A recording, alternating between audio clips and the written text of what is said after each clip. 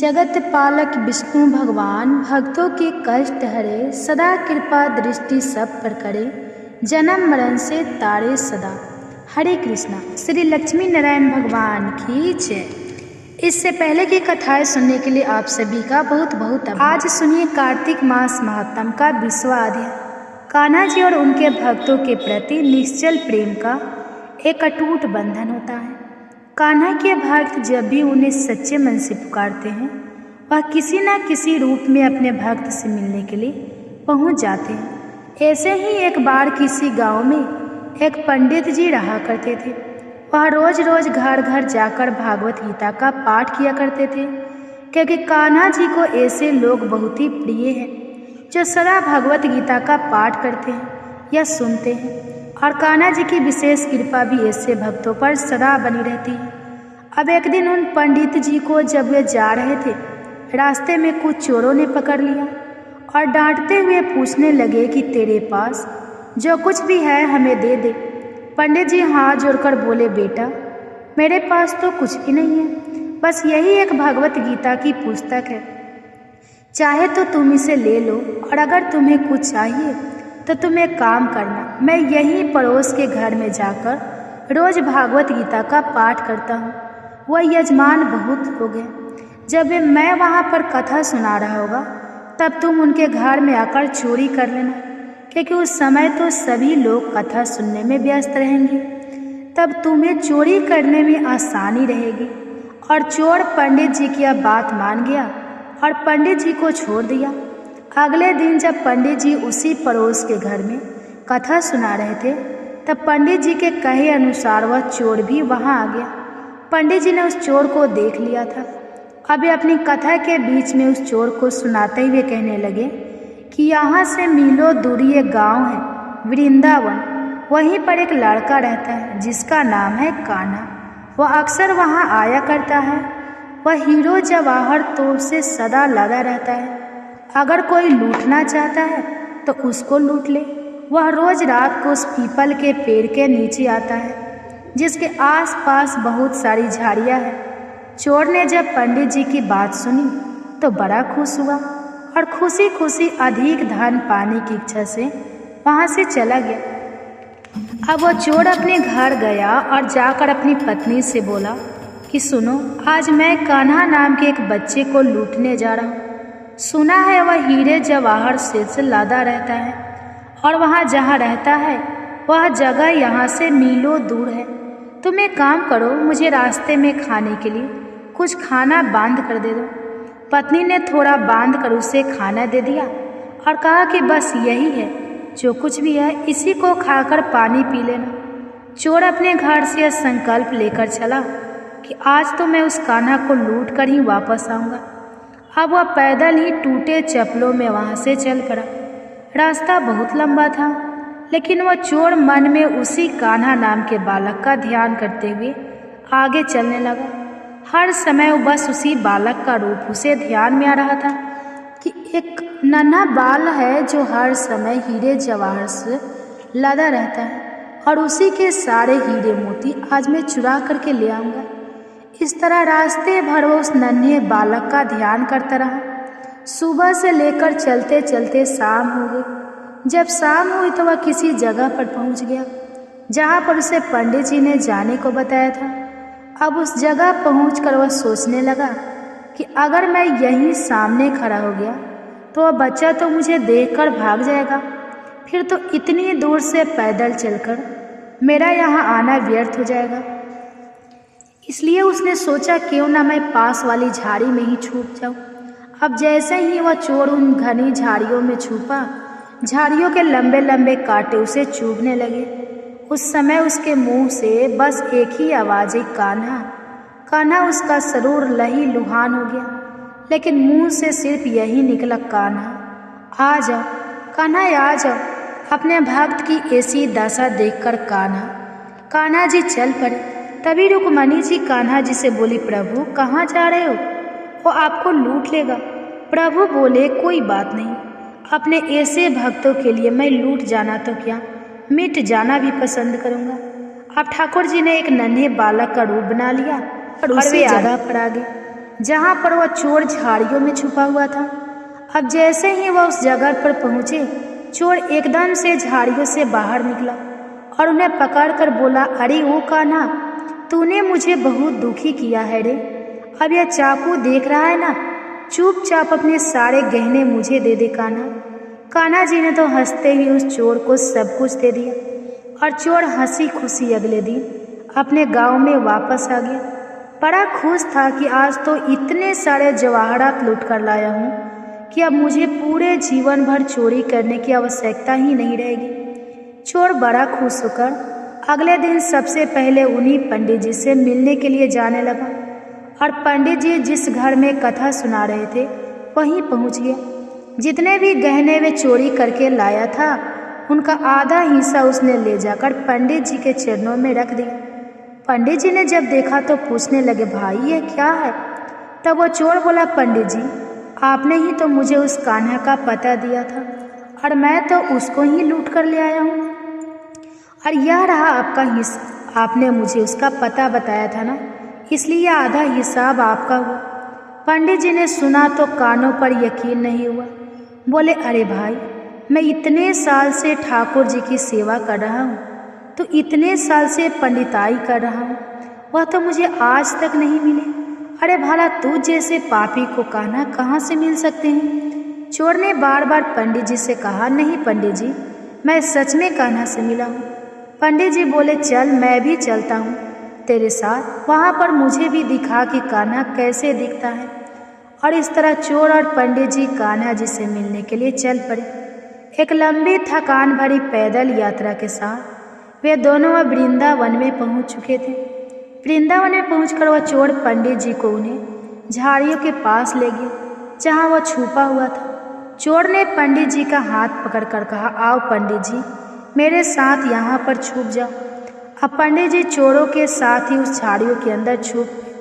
दोनों का शरीर कांटों से लहू लुहान हो गया और मुंह से दोनों के बस एक ही आवाज़ निकली, कान्हा, कान्हा आ जा।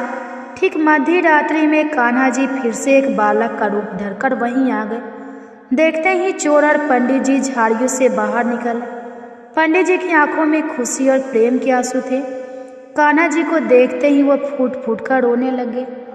पंडित जी तो कान्हा जी के चरणों में गिर पड़े। थोड़ी ही देर में कान्हा जी ने वहाँ से अंतर्ध्यान हो गए और तब पंडित जी वापस अपने होश में आए और उस चोर के गले लगकर फूट फूट कर रोने लगे।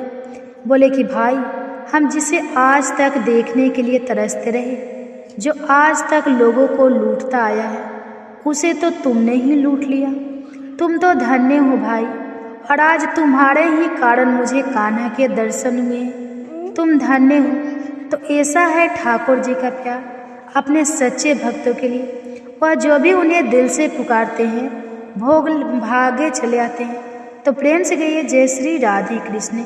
अब सुनिए आज का अध्याय। इससे पहले के अध्याय में श्री सूत जी महाराज ऋषि मुनियों को पिशाच और पिशाचनी की कथा सुना रहे थे।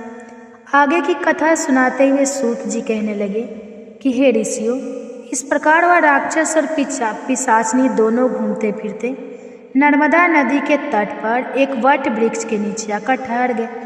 उस वट वृक्ष पर एक गुरु निंदक ब्रह्मा राक्षस रहा करता था। उन दोनों को देखकर वह ब्रह्मा राक्षस कहने लगा कि अरे तुम लोग कौन हो और किस पाप के कारण इस दशा को प्राप्त हुए हो? तब राक्षस रूपधारी राजा ने अपना और पिशाचनी का संपूर्ण वृत्तांत सुनाकर कहा कि अब आप भी अपना वृत्तांत सुनाइए। ब्रह्म राक्षस ने अपना वृत्तांत सुनाते हुए कहा कि हे मित्र, बहुत समय पहले मैं मगध देश में प्रवीण सोमदत्त नाम वाला ब्राह्मण था। मैंने अपने को बड़ा भारी विद्वान और महान मानकर अभिमानवश गुरु का अपमान किया था। उसी पाप के कारण मैं इस योनि को प्राप्त हुआ। इस जन्म में भूख से पीड़ित होकर मैंने अनेकों ब्राह्मण खा डाले हैं। अपने गुरु का अपमान करने से निश्चय ही ब्रह्मा राक्षस की योनि प्राप्त होती है। यह बात मैंने अब भली भांति जान ली है। यह सुनिए मित्र, गुरु की कोटि में कौन कौन आते हैं, कृपया मुझे बतलाइए। ब्रह्म राक्षस ने सुना तो कहने लगा, वेदों को पढ़ाने अथवा सुनाने वाला, वेदों और नीति शास्त्र की व्याख्या करने वाला, वेदों के संदेह को दूर करने वाला, भय निवारण करता, अन्नदाता, शिक्षा देने वाला, बुरे कार्यों से रोकने वाला, पिता, स्वंश, मामा, बड़ा भाई, गर्भ से मरने तक 16 संस्कार कराने वाला और राजा को शास्त्रों ने गुरु माना है, इसलिए इन सब की वंदना ही करनी चाहिए। यह सुनकर कलमास पाद ने आगे पूछा कि हे भाई, तुमने तो अनेकों गुरु कह दिए हैं, अब इनमें से भी कोई बड़ा है या सभी बराबर हैं? ब्रह्मा राक्षस ने कहा, हे मित्र, यद्यपि हम राक्षस है और साथ ही भूख प्यास से दुखी भी है, परंतु क्योंकि गुरु महिमा के वर्णन से भी कल्याण होता है, इसलिए मैं इसका अवश्य ही वर्णन करूँगा। सुनो, सब गुरु बराबर हैं, फिर भी इस संबंध में शास्त्रों का कथन सुनो। वेद और मंत्रों का उपदेश करने वाला, धर्म शास्त्रों और पुराणों के व्याख्याता और उपदेश करता है, ये विशेष गुरु माने गए हैं। इनमें से प्रमुख गुरु वह है जो देव पूजन कराए, देव पूजा का फल बतलाए या फिर गुप्त मंत्र का उपदेश दे। ब्रह्म राक्षस ने अपने राक्षस बनने की कथा सुनाते हुए कहा कि मैंने धर्म, अर्थ, काम और मोक्ष देने वाले सभी पुराण गौतम ऋषि से सुने थे। एक समय मैं शिव जी का पूजन कर रहा था कि उसी समय महर्षि गौतम जी वहाँ पर आ गए। मैं पूजा में ही लग रहा हूँ और मैंने खड़े होकर अपने गुरु को प्रणाम भी नहीं किया। तब शिव जी ने गुरु का अपमान करने के कारण मुझे ब्रह्मा राक्षस की योनि में डाल दिया। यह कथा सुनाते हुए श्री सूत जी ने कहा, हे ऋषियों, इस प्रकार गुरु की महिमा का वर्णन करने और सुनने से उन तीनों के ही पाप नष्ट हो गए। ठीक उसी समय उन्होंने कुछ दूरी पर गर्ग मुनि को आते हुए देखा, तो पिशाचिनी और दोनों राक्षसों ने अपना भोजन जानकर दोनों हाथ उठाकर उन्हें खाने के लिए उनकी ओर भागे, परंतु गर्भ होने के जाने पर उनके समीप ना जाकर पिशाचिनी दूर से ही कहने लगी, हे महात्म, आपको नमस्कार है। हमने ना जाने कितने ही ब्राह्मण खा डाले हैं, परंतु महादेव जी के नाम स्मरण करने के कारण ही आप सुरक्षित हैं। तब गर्ग मुनि ने तुलसी युक्त जल से उनका अभिषेक, ये तीनों राक्षस योनि से मुक्त होकर देव रूप हो गए। ब्राह्मणी और सोमदत्त विष्णु रूप होकर मुनि की स्तुति करने के बाद विष्णु लोक को चले गए। उन दोनों के बैकुंठ लोक को जाने के पश्चात श्राप मुक्त राजा कलमासपाद अब सोच में पड़ गया कि इन सब की तो मुक्ति हो गई, अब मेरी मुक्ति किस प्रकार संभव होगी। इसको इस प्रकार शोक में निमग्न देखकर गुप्त रूप से सरस्वती जी बोली, हे राजा, तुम किसी प्रकार की चिंता बाद अंत में तुम्हें भी विष्णु लोक की प्राप्ति होगी। इन वचनों को सुनकर राजा कलमासपाद अत्यंत हर्षित हुआ। फिर राजा ने अपने गुरु का स्मरण किया और गर्ग मुनि को प्रणाम करके गंगा जी की स्तुति की। इसके बाद राजा भगवान विष्णु का स्मरण करता हुआ काशी जी चला गया। काशी जी में 6 मास रहकर राजा गंगा जी में स्नान और विश्वनाथ महादेव जी के दर्शन करते हुए आनंद प्राप्त करता रहा। इसके बाद प्रसन्नता पूर्वक अपने राज्य में आया। तब गुरु जी ने उसका अभिषेक कर उसे पुनः राजा बना दिया और वह अनेकों वर्षों तक राज्य करने के बाद अंत में मोक्ष को प्राप्त हुआ। इस कथा को समाप्त करते हुए श्री सूत जी ने ऋषियों से कहा, हे मुनियों, इसमें आश्चर्य जैसी कोई बात नहीं। भगवान का गुणगान करने और काशी जी का दर्शन करने से मनुष्य को निश्चय ही मोक्ष की प्राप्ति हो जाती है। तो गंगा जी में स्नान करने मात्र से ही सारे जन्मों के पाप भी समाप्त हो जाते हैं। मुनियों को यह कथा सुनकर श्री सूत जी महाराज कुछ क्षणों के लिए मौन हो गए। इसके आगे जो कुछ भी हुआ उसका वृत्तांत आप सभी अगले अध्याय में जरूर सुनिए। आप सुनिए श्री तुलसी चालीसा पाठ और तुलसी माता की आरती। जय जय तुलसी भवती सत्यवती सुखदनी नमो नमः। हरि प्रेसी श्री वृंदा गुण खानी श्री हरि शीस विरजन देहु अमर वर्य बेजन हित हे वृंदावनी अब ना करहु विलंब। धन्य धन्य श्री तुलसी माता महिमा अगम सदा श्रुति गाता हरि के प्राणों से तुम प्यारी।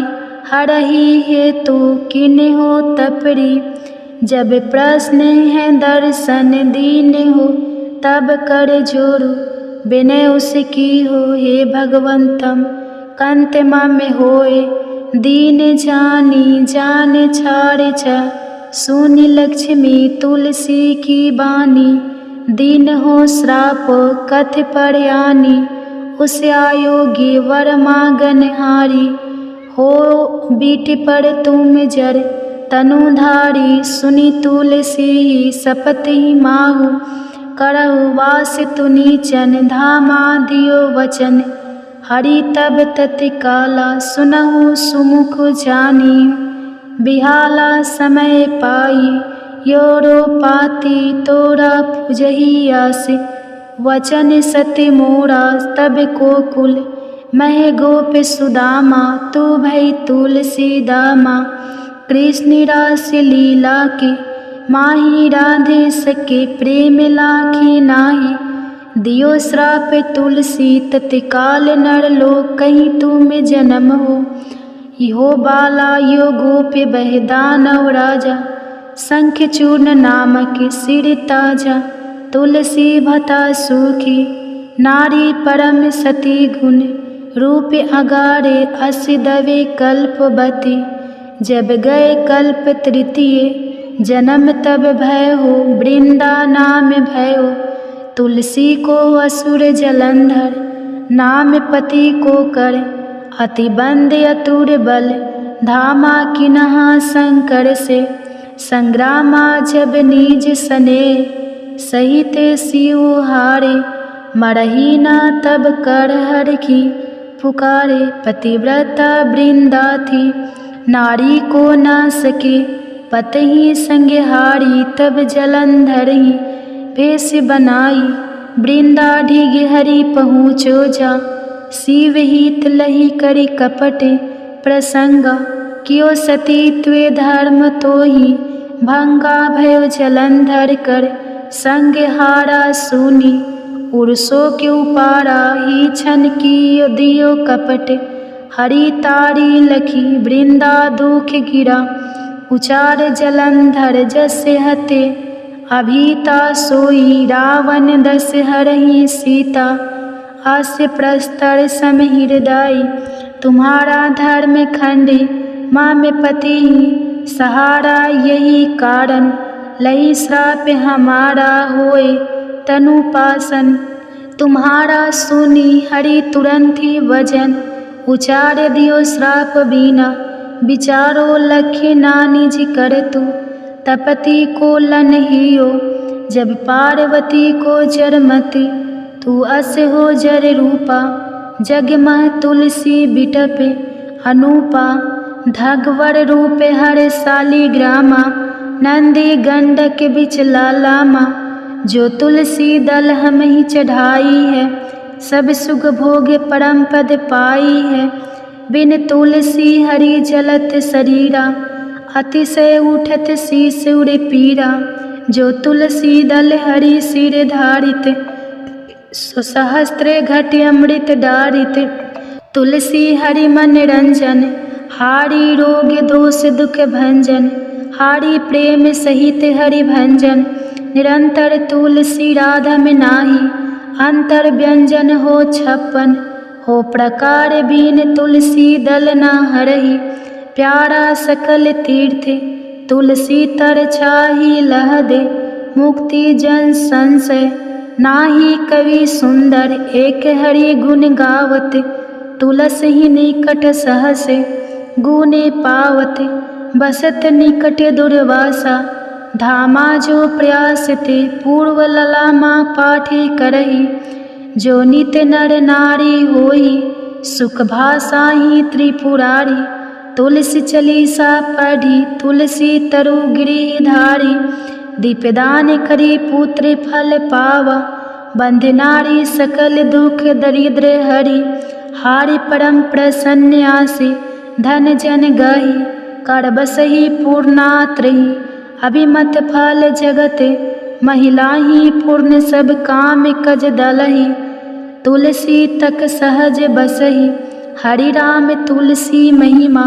नाम लख तुलसी सुत सुखी राम मानस चालीसा। रचो जग मह तुलसीदास। प्रेम से बोली तुलसी महारानी की जय। जय तुलसी महारानी नमो नमः। हर की पटरानी नमो नमः। तुलसी महारानी नमो नमः। धन्य तुलसी पुरन तप कीनो, शालीग्राम बनी पटरानी नमो नमः। तुलसी महारानी नमो नमः। हर की पटरानी नमो नमः। जाके पत्र मंजरी कोमल श्रीपति, कमल चरण लपेटानी नमो नमः। तुलसी महारानी नमो नमः। हरि की पटरानी नमो नमः। कौन महीने बोई रानी, तुलसा कौन महीने हुई हरियाली नमो नमः। तुलसी महारानी नमो नमः। हर की पटरानी नमो नमः। कौन महीने हुई तेरा पूजा, कौन महीने हुई पटरानी नमो नमः। तुलसा महारानी नमो नमः। आषाढ़ मास में बोई रानी तुलसा, सावन महीने हुई हरियाली नमो नमः। तुलसी महारानी नमो नमः। हरि की पटरानी नमो नमः। कार्तिक मास में हुई तेरी पूजा, मंगशीर मास हुई पटरानी नमो नमः। तुलसी महारानी नमो नमः। हर की पटरानी नमो नमः। धूप दीप नैवेद्य आरती, पुष्पन की वर्षा बरसानी नमो नमः। तुलसी महारानी नमो नमः। हरि की पटरानी नमो नमः। 56 भोग 36 व्यंजन, बिन तुलसी हरि एक न मानी नमो नमः। तुलसी महारानी नमो नमः। हरि की पटरानी नमो नमः। जो तुलसी को सवेरे गाए, श्री कृष्ण के दर्शन पाए नमो नमः। तुलसी महारानी नमो नमः। हर की पटरानी नमो नमः। जो तुलसी को दोपहर गाए, खीर खांड का भोग लगाए नमो नमः। तुलसी महारानी नमो नमः। हरि की पटरानी नमो नमः। जो तुलसी को सांझ को गाए, श्री कृष्ण की आरती उतारे नमो नमः। तुलसी महारानी नमो नमः। हरि की पटरानी नमो नमः। जो तुलसी को रात को गाए, श्री कृष्ण के चरण दबाए नमो नमः। तुलसी महारानी नमो नमः। हरि की पटरानी नमो नमः। सब सखी मैया तेरा यश गावे, भक्ति दान दीज महारानी नमो नमः। तुलसी महारानी नमो नमः। हरि की पटरानी नमो नमः। तुलसी महारानी नमो नमः। हरि की पटरानी नमो नमः। तो उम्मीद है आज की यह वीडियो आपको पसंद आई होगी। अगर वीडियो पसंद आता है तो प्लीज़ वीडियो को लाइक कीजिए, चैनल को सब्सक्राइब कर दीजिए और साथ ही हो सके तो और भी फैमिली फ्रेंड के साथ शेयर कीजिए। आप सभी का कथा सुनने के लिए तहे दिल से धन्यवाद।